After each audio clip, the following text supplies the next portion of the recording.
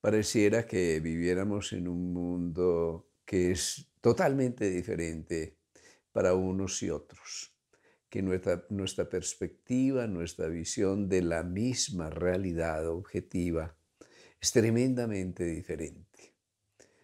Así que algunos no vemos la crisis, no hay crisis por ningún lado, otros ven la catástrofe, algunos no ven virus ni ninguna evidencia de virus.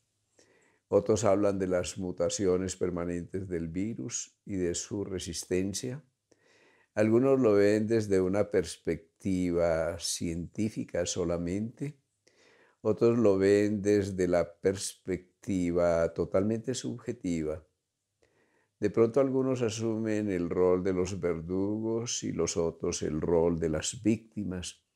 Cuando vemos un mundo tan extremadamente polarizado, en medio de la crisis, cuando nosotros vemos que hay como dos corrientes paralelas que no alcanzan a integrarse, cuando encontramos que las soluciones están siempre polarizadas también, ¿sí? Que son totalmente contrarias en ocasiones, hemos de reflexionar qué nos está pasando.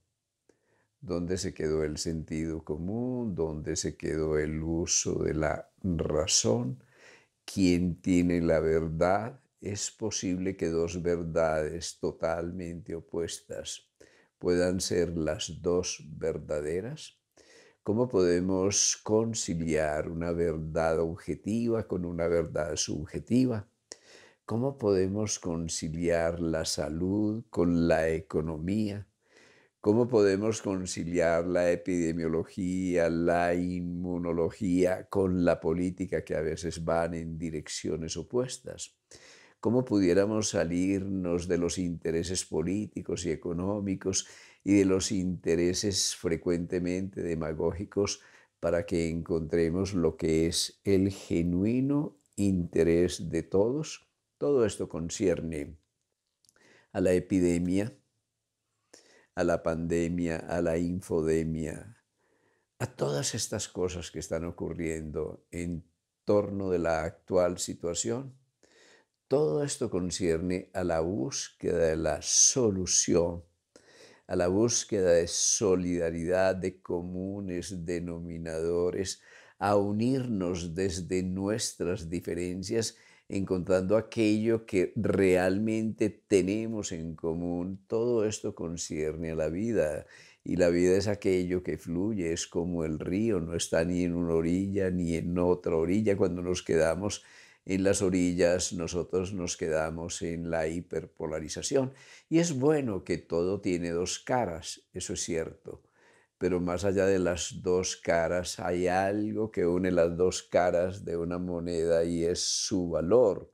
Lo que nos puede unir ahora es el valor infinito de la vida. Hemos de reconocer la vida, de salvar la vida, de afrontar la situación actual para que nos podamos unir en esa corriente que nos integra a la naturaleza y reconocer nuestra propia naturaleza, la naturaleza humana, que claro está hecha de antagonismos.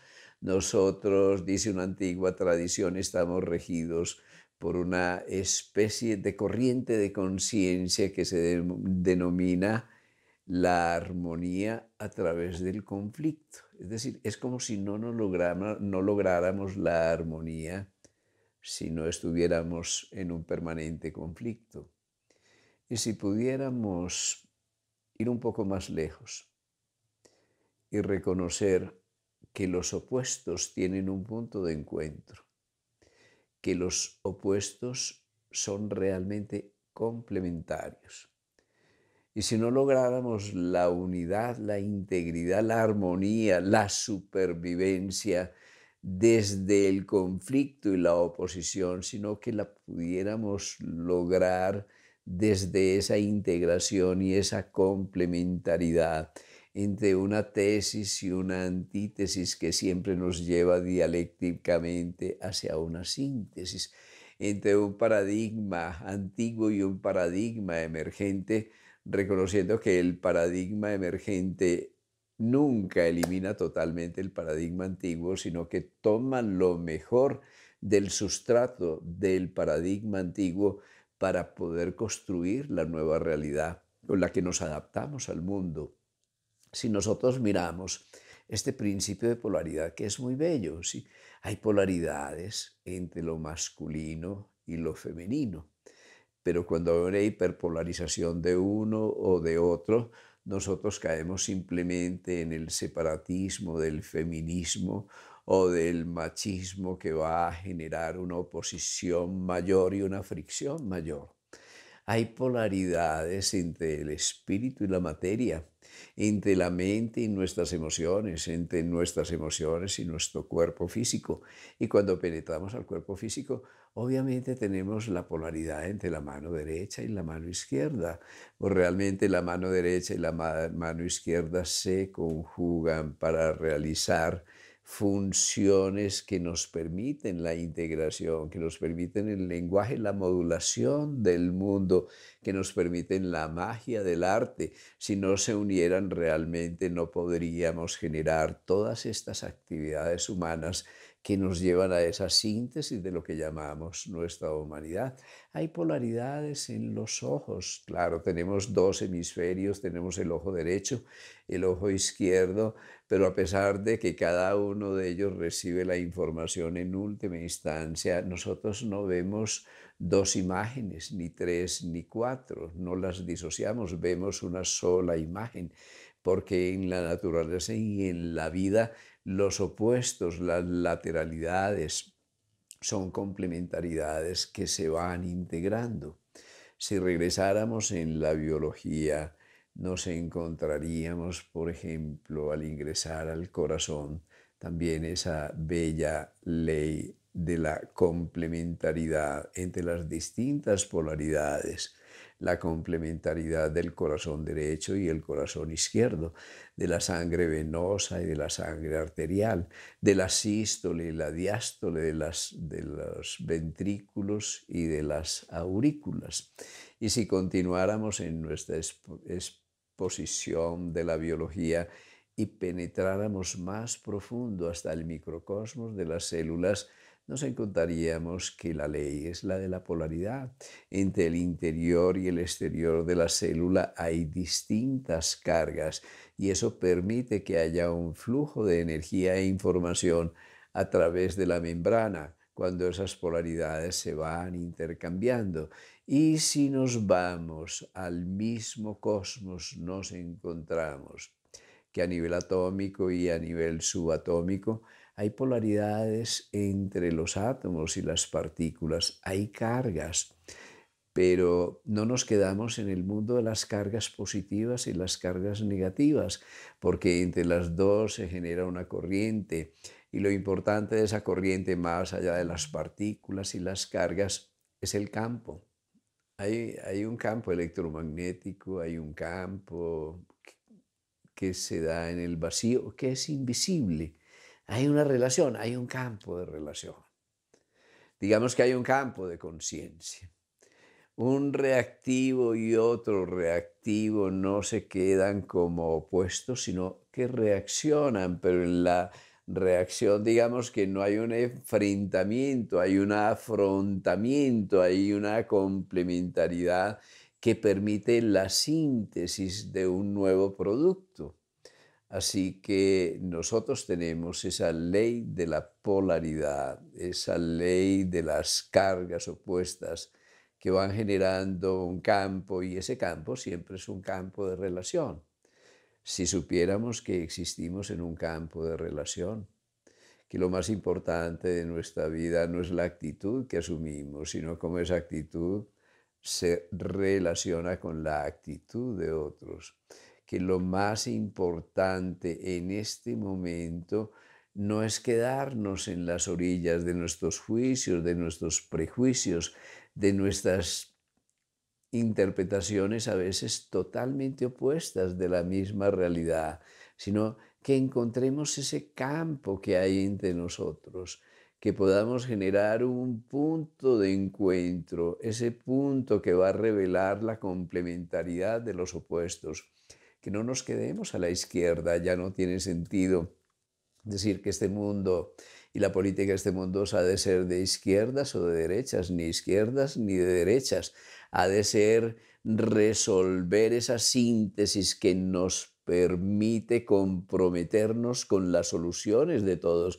Posiblemente vamos a tener que oscilar un poco hacia la derecha, un poco hacia la izquierda, como un péndulo, porque la vida es movimiento, pero vamos a tener que mantener ese equilibrio, el balance entre los opuestos para encontrar la justicia, el sendero del medio, el fiel de la balanza.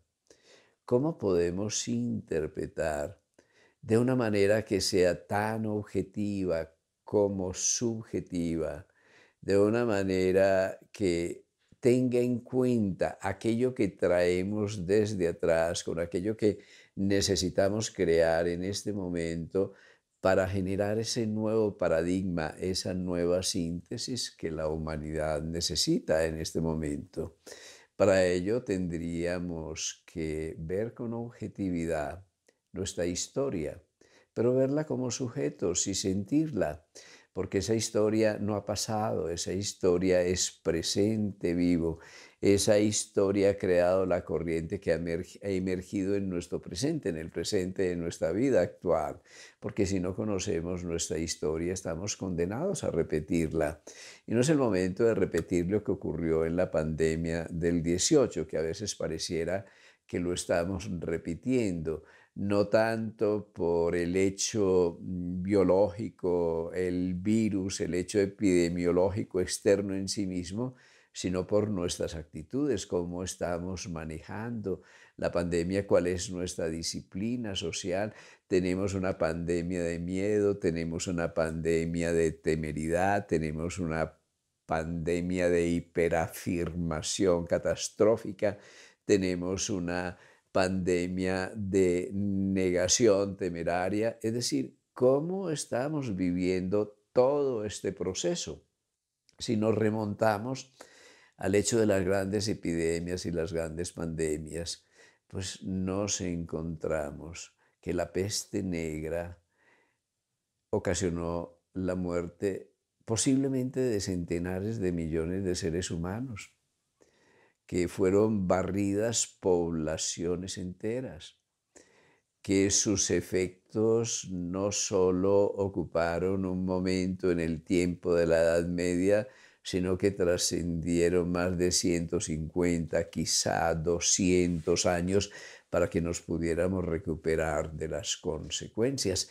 Eso es una realidad. Y esa realidad biológica que afecta poblaciones en un momento en que no sabemos nada de microbiología, que no está desarrollada adecuadamente la ciencia, en que no sabemos nada de epidemiología, pues no las podemos reeditar en este momento y no podemos negar que existieron.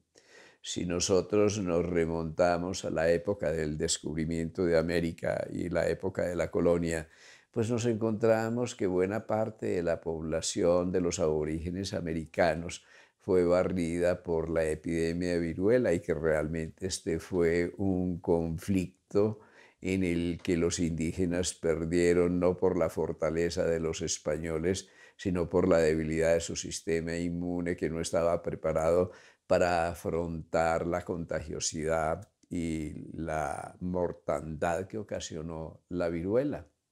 Si nos remontamos a las grandes epidemias de tuberculosis, si nos remontamos a los efectos de la poliomielitis y reconocemos la incapacidad y la mortalidad, miles de millones de seres humanos que fueron sacrificados por estas grandes crisis planetarias, pues habríamos de aprender la lección, porque a veces parece que nos negáramos esas lecciones, que nos negáramos la importancia de la ciencia, que nos negáramos la importancia de la vacunación. Bueno, vamos a ponerlo para salir de esa polarización en un punto medio. Miremos por un lado la posibilidad de los avances de la ciencia y la posibilidad de la vacunación, con todos los inconvenientes que la vacunación tiene por un lado. Y anticipémonos a los efectos actuales y a los efectos posibles de la vacuna en un futuro. Veámoslo por este lado. Veamos por el otro lado el virus y veamos entre la vacuna y el virus la posibilidad de soluciones intermedias de antivirales que obviamente no nos van a generar anticuerpos, pero que nos van a permitir disminuir la intensidad de la crisis de la pandemia. Cuando lo vemos en esa dimensión, tomemos entonces primero los efectos de la vacuna y tomemos la otra orilla, los efectos del virus. Vamos a preguntarnos cuáles son las consecuencias de la vacunación, cuáles son los efectos secundarios. Y vamos a preguntarle cuáles son los efectos secundarios del virus en términos de enfermedad, de morbilidad, de secuelas y de muerte. Y vamos a ponerlos en la balanza. Tratemos de equilibrar la balanza para ver si permitimos simplemente la inmunidad de rebaño que algunos proponen, o si nosotros aceleramos los programas de vacunación. Obviamente, si lo miramos como se puede mirar objetivamente en biología, esto es un asunto de relación costo-beneficio. En biología no hay absolutamente nada inocuo. Hasta un alimento puede dar un shock anafiláctico. Así que cuando miramos los efectos secundarios de la vacuna y los comparamos con los efectos del virus y su mortalidad, vamos a tener, claro, un desbalance enorme. Hay un peso mucho mayor en mortalidad y consecuencias a largo plazo por el virus. Si pensamos, por ejemplo, en la proteína del virus, la proteína Spike, la llave que emplea el virus para entrar a la célula, obviamente es una proteína, puede generar reacciones alérgicas, reacciones inflamatorias. La vacuna también va a utilizar esa proteína, es cierto, sí. Pero si nosotros decimos es que la vacuna, porque el organismo produce la proteína S, va a generar estas reacciones y negamos que el virus tiene exactamente la misma proteína y no solo esa proteína, sino muchas proteínas, muchas otras que van a generar reacciones inmunes, pues estamos desconociendo una realidad biológica y esa realidad biológica es la de que vamos a tener mucha más mortalidad si nosotros permitimos que el virus se siga reproduciendo, se siga expandiendo, reconociendo que su reproducción depende en buena parte de que nosotros seamos los agentes transmisores, es decir, que la contagiosidad del virus está muy ligada a nuestra disciplina social, a la posibilidad de guardar durante un tiempo crítico una cierta distancia, la posibilidad de cumplir ciertas normas que todos conocemos. Así que es bien claro, pero de la relación costo-beneficio, si acudimos a la razón y acudimos al sentido común, más allá de asumir una posición o la otra posición, tratemos de encontrar ese punto medio en el cual nosotros podemos preservar la vida, podemos preservar la economía. Si supiéramos que si las cosas siguen como van, que si vamos a tener mutaciones del virus que sean resistentes a la vacuna, lo cual depende de que la cadena de transmisión continúe. Mientras más transmisión, más mutación, mientras más mutaciones, va a ser mucho más posible que se desarrollen resistencia por parte del coronavirus. Así que miremoslo en esa dimensión y entendamos que no solo se trata ahora de cortar o atenuar la cadena de transmisión, sino que se trata de frenar hasta donde sea posible la mutación del virus para no generar resistencia. Si tenemos ahora una mutación que genere una resistencia a los anticuerpos que hemos creado hasta ahora o a los anticuerpos que puede crear la vacuna, o si tenemos una mutación que sea no solo más contagiosa, sino que genere un índice de mortalidad mayor, pues obviamente vamos a estar sacrificando nuestra economía. Se calcula en trillones de dólares la pérdida de la economía, pero los que van a perder no solo son los grandes empresarios o las multinacionales, vamos a perder todo, vamos a perder nuestro trabajo, la cadena de producción alimentaria. Si hay una gran morbimortalidad entre gente más joven, pues obviamente se va a alterar, entonces vamos a entrar en una zozobra en la seguridad alimentaria, vamos a entrar en una zozobra porque frente a un gran estrés va a aumentar nuestra irritabilidad, nuestra tensión, nuestra polarización, y vamos a buscar más allá de nosotros un responsable externo. No olvidemos que se trata de una enfermedad planetaria. Eso es una pandemia. Nosotros no podemos abordar la tuberculosis o la viruela o la poliomielitis o la misma varicela o o el ébola solamente desde el punto de vista de la política, solamente desde el punto de vista de la economía. Hemos de abordarla también desde el punto de vista de la educación, de la cultura, de la salud pública, y eso nos concierne a todos. Ahora pudiéramos señalar afuera el culpable o el responsable. A lo mejor vamos a encontrar uno o muchos, a lo mejor el culpable va a ser nuestro presidente o el gobierno o las multinacionales o el laboratorio de Wuhan o los chinos o los unos o los otros, pero cuando nos encontramos con la actual situación, pues es obvio que hay algunos razonamientos que por lo menos debemos interrogar, debemos poner un gran interrogante. Cuando yo escucho hablar que esto es una conspiración de un grupo del que hace parte Bill Gates, pero cuando veo cómo los rusos producen la vacuna y producen esa vacuna que realmente es efectiva, al igual que los ingleses, al igual que los alemanes y que los americanos.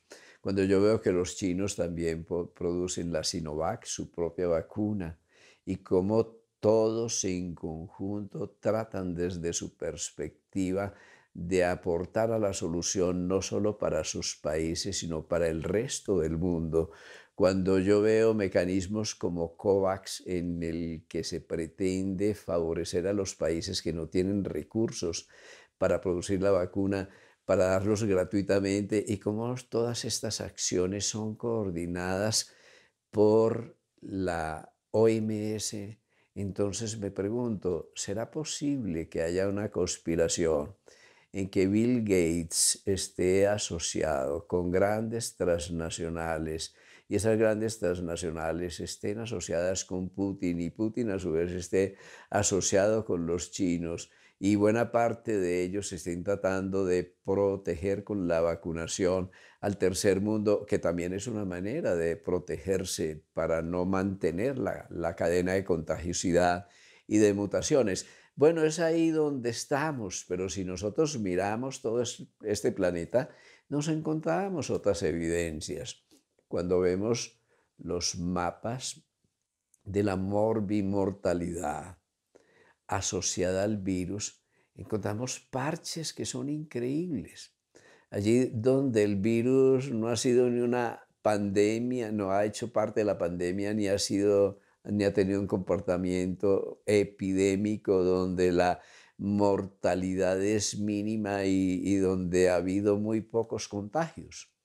Si empezamos a analizar lo que ocurre en esos países, vámonos al corazón de la África, al África Central.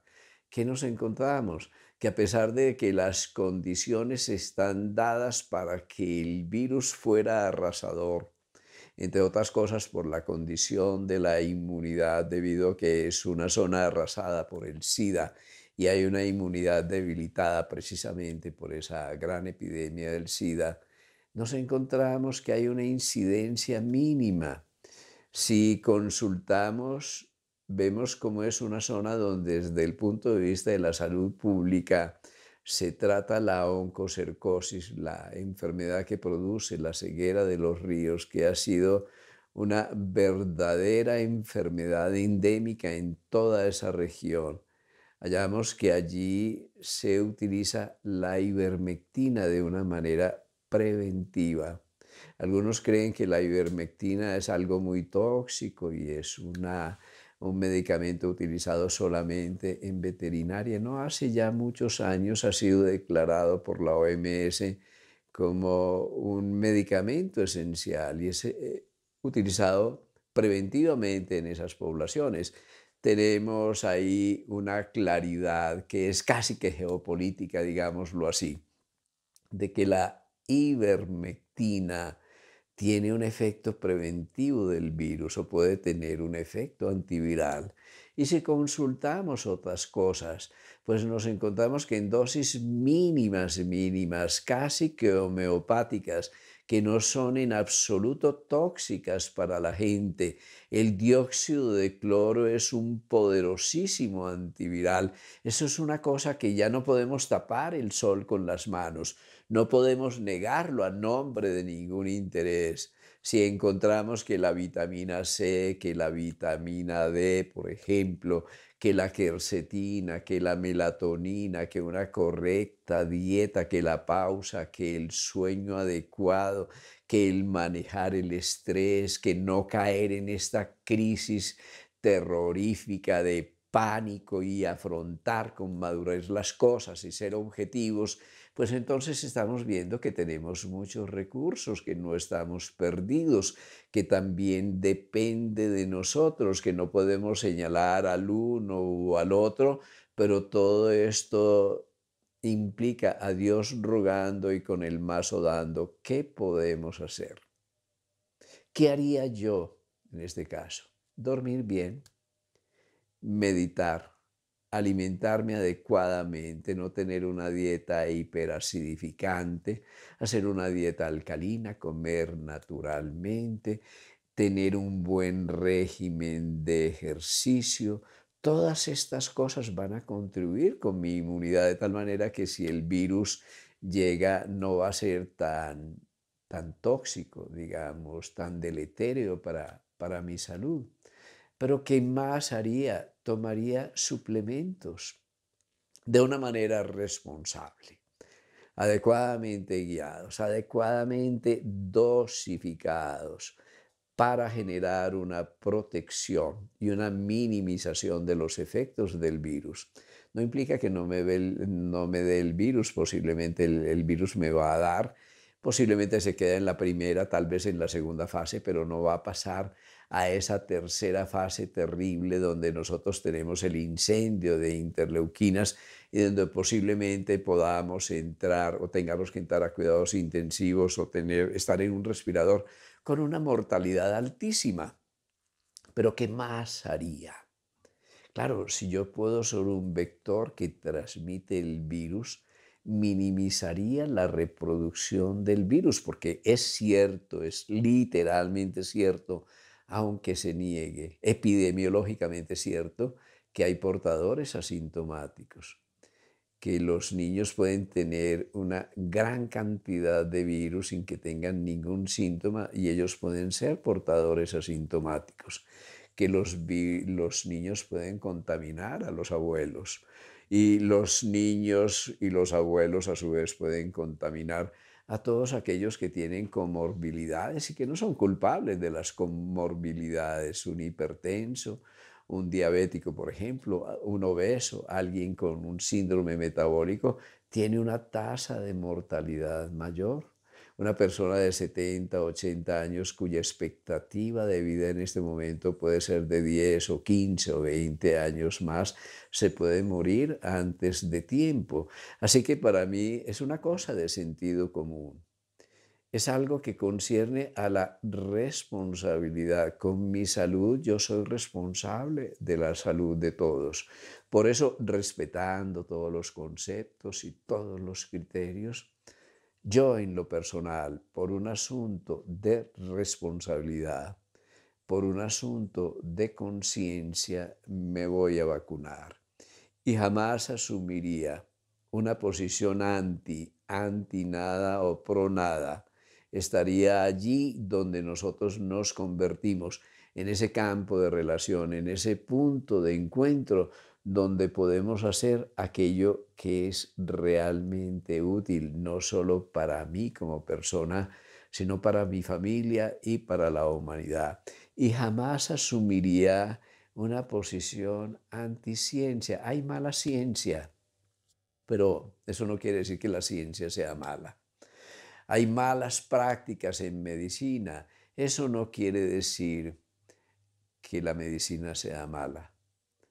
Hay políticos malos y a veces hay muchos políticos malos y ambiciosos y corruptos. Eso no quiere decir que la política como tal sea mala. Hay una economía que frecuentemente se ha pervertido y ha impedido que podamos ir a esa economía distributiva que todos necesitamos, pero eso no quiere decir que no nos podamos ocupar de la economía. Así que gracias a la ciencia, gracias a la epidemiología, la inmunología, gracias a las vacunas, gracias a los grandes avances en el campo de la ciencia, nuestras culturas siguen vigentes. Gracias a la ciencia y a las vacunas, yo siento que puedo estar aquí. Así que no nos vamos a negar lo mejor de las adquisiciones de la humanidad. Tratemos de recuperar el sentido común, de darnos la mano y de navegar juntos en dirección de la humanidad. Aquí no hay alternativas. Aquí no se trata de los buenos o los malos, de la izquierda o la derecha. Aquí se trata de que unamos nuestras dos manos, que unamos nuestras visiones, que encontremos nuestro corazón humano para que podamos desarrollar la solución que todos necesitamos.